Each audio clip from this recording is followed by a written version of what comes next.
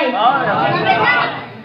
اس شعر میں ڈاکٹر علامہ محمد اقبال نے ہمیں اعلیٰ اخلاق و کردار کا درس دیا ہے کہ ہم خود کو اس قدر اعلیٰ اخلاق و کردار کا طاقت بنائیں کہ ہمارے کردار کو ابلیس بھی دیکھے تو ہم اس سے بدلدار رہ جائے۔ جناب صدر، اللہ تعالیٰ نے ہمیں اس نبی کی امت میں پیدا فرمایا ہے کہ جس کے کردار کو دیکھ کر کافر کلمہ پڑھنے پر مجبور ہو گئے۔ وہ بڑھیا جو مکہ چھوڑ کر کہیں دور فقط اس لیے جا رہی تھی کہ اپنے دین سے ہاتھ نہ دھو بیٹھے، مگر جب اس نے آپ صلی اللہ علیہ وآلہ وسلم کے اخلاق و کردار کو دیکھا تو حیران ہو کر کہنے لگی، اگر وہ محمد تو ہے تو ابھی مجھے اپنا کلمہ پڑھا دے۔ جناب صدر، آج ہمیں ضرورت ہے خود کو سنوارنے کی، مگر ہم دوسروں کی غلطیاں تلاش کرنے میں مشغول ہیں اور دوسروں کی غلطیاں تلاش کرنے میں اس قدر مگن ہو گئے کہ ہمیں اپنی اصلاح کا وقت ہی نہ ملا۔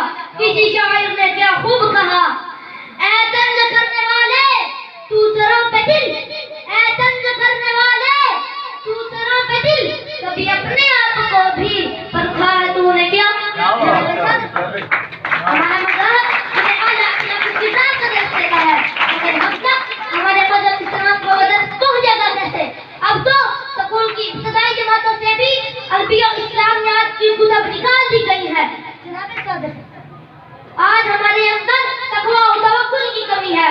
اگر ہم خدا پر بھروسہ کریں اور ہر مسلمان خود کو سنوارنے کی کوشش کرے تو یقیناً ہمارا مکمل اسلامی معاشرہ سمجھ جائے گا، کیونکہ آج بھی ہو اگر ابراہیم کا ایمان پیدا، آج بھی ہو اگر ابراہیم کا ایمان پیدا تو آگ کر سکتی ہے انداز گلستہ پیدا۔ معزز حاضرین، میری آپ سب سے التجا ہے کہ اپنے بچوں کو دینی تعلیم ضرور دلوائیں تاکہ وہ اپنے رہنماؤں کے کردار سے متعارف ہو جائیں۔ اسی امید کے ساتھ اجازت چاہوں گا۔ انداز بیاں گرچہ بہت شوق نہیں ہے، انداز بیاں گرچہ بہت شوق نہیں ہے، شاید کہ اتر جائے تیرے دل میں میری بات۔ السلام۔